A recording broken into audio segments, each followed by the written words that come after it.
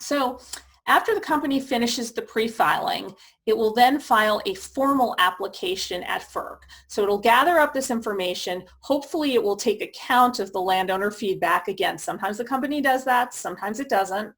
It'll roll it all into an application, which it will file at FERC.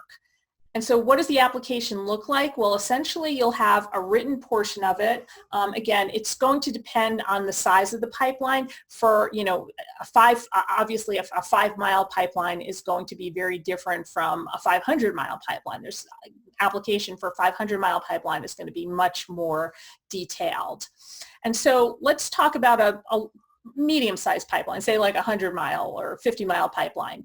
Typically you'll have an application which is a written document, maybe 20 or 30 pages. It will talk about the need for the project, why it's being built, who the customers are, how much it'll cost. It'll give some overview of the impacts on landowners and the environment.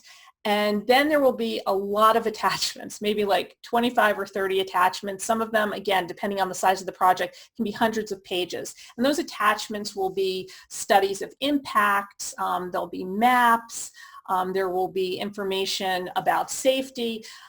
Again, depending on the company, sometimes the information will be very detailed.